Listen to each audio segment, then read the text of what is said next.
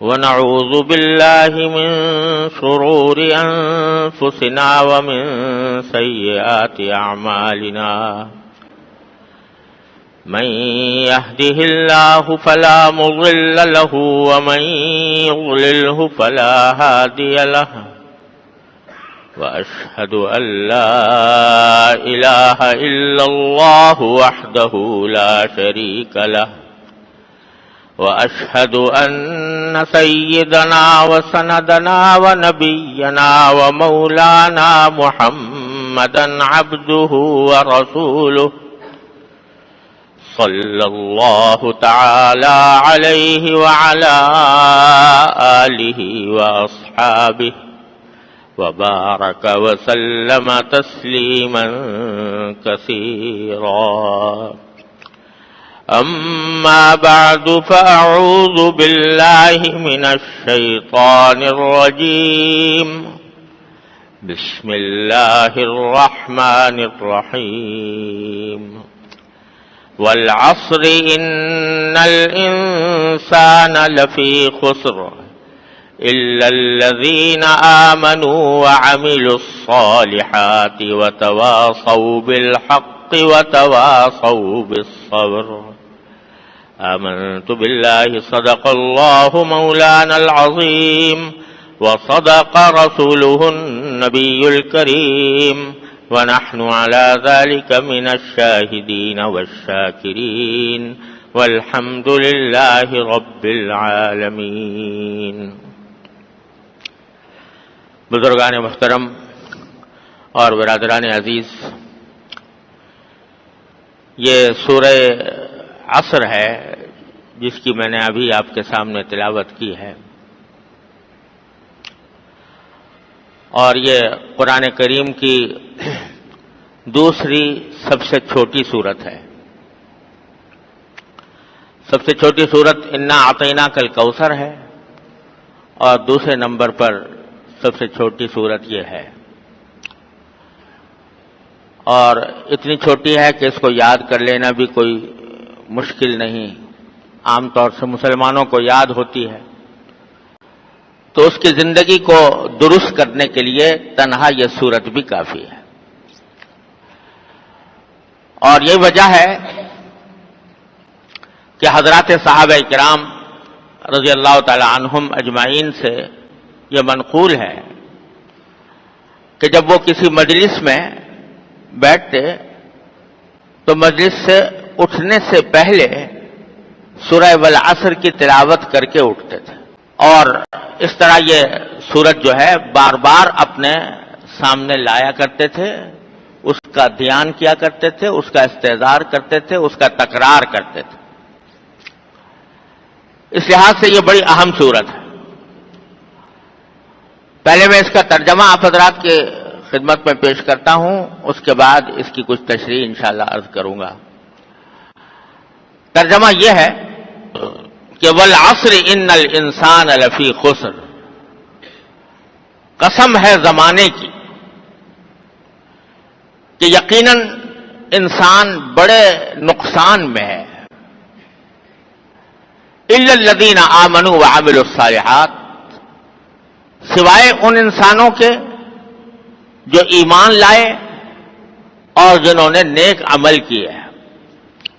وتواصوا بالحق، اور جنہوں نے آپس میں ایک دوسرے کو حق بات کی نصیحت کی. وتواصوا بالصبر، اور جنہوں نے آپس میں ایک دوسرے کو صبر کی نصیحت کی. یعنی سارے انسان خسارے میں ہیں، سارے انسان نقصان میں ہیں، سوائے ان کے جنہوں نے یہ چار کام کیے ہوں: ایمان لانا، نیک عمل کرنا، ایک دوسرے کو حق کی وصیت کرنا، اور ایک دوسرے کو صبر کی وصیت اور نصیحت کرنا. یہ ہے ترجمہ سورت کا. پہلی بات تو یہاں یہ سمجھنے کی ہے کہ اللہ تبارک و تعالی نے یہاں زمانے کی قسم کھا کر ایک بات فرمائی. دوسرا یقین نہیں کر رہا تو کہتے ہیں بھئی اللہ کی قسم میں یہ بات کہتا ہوں، اللہ تعالیٰ کی قسم، اللہ کے کلام کی قسم. وہ اس لیے کرتے ہیں کہ انسانوں کی باتوں پر بھروسہ ہونا یقینی نہیں ہوتا. قسم کھا کر جو بات کہی جاتی ہے اس میں بھروسہ ہو جاتا ہے.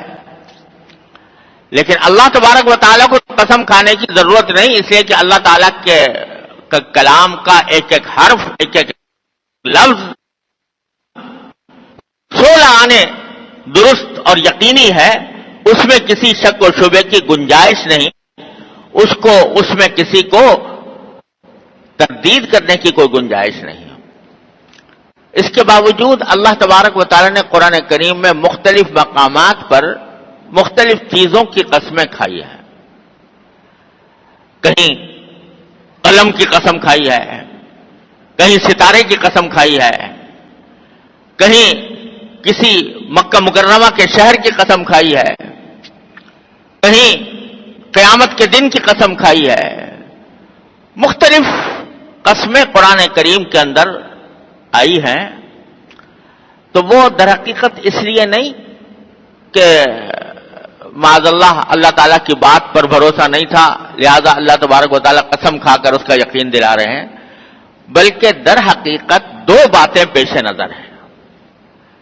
ایک بات تو یہ کہ قسم کھانے سے انسان کی بات میں ایک زور پیدا ہو جاتا ہے. تو بلاغت کا ایک قاعدہ ہے کہ قسم کے ساتھ جو بات کہی جاتی ہے اس میں زور ہوتا ہے، اس میں تاکید ہوتی ہے. اس واسطے اللہ تعالیٰ کا کلام چونکہ بڑے بلاغت والا کلام ہے، لہذا اللہ تبارک و تعالیٰ کبھی اپنے کلام میں زور پیدا کرنے کے لیے قسم کھاتے ہیں. اور اس سے زیادہ اہم بات یہ ہے کہ عام طور سے قرآن کریم میں جہاں کہیں کوئی قسم آئی ہے تو اس میں ہوتا یہ ہے کہ جس چیز کی قسم کھائی جا رہی ہے، یہ ہے اصل بات کہنے کی کہ انسان بڑے نقصان میں ہے، خسارے میں ہے. اور اس بات کو کہنے کے لیے اللہ تبارک و تعالیٰ نے زمانے کی قسم کھائی. تو مطلب یہ ہے کہ انسان اگر زمانے کے حالات پر غور کرو تو تمہیں خود بخود یہ بات واضح ہو جائے گی، خود بخود پتہ چل جائے گا کہ انسان بڑے نقصان میں ہے، سوائے ان لوگوں کے جن کا آگے ذکر کیا. اب ذرا اس نقطۂ نظر سے سوچئے تو زمانے کی قسم کھانے کے اور زمانے کو ثبوت کے طور پر پیش کرنے کا ایک بہت ہی واضح مطلب ہے کہ دیکھو جو بھی کوئی انسان اس دنیا میں آتا ہے تو ایک محدود وقت لے کر آتا ہے. اللہ تعالیٰ کیا مقرر ہے کہ اس کو کتنے دن، کتنے گھنٹے، کتنے منٹ دنیا میں رہنا ہے. اس کا وہ وقت اس طرح مقرر ہے کہ اس سے ایک سیکنڈ ادھر ادھر نہیں ہو سکتا. اللہ تبارک و تعالیٰ نے مقرر کر رکھا ہے.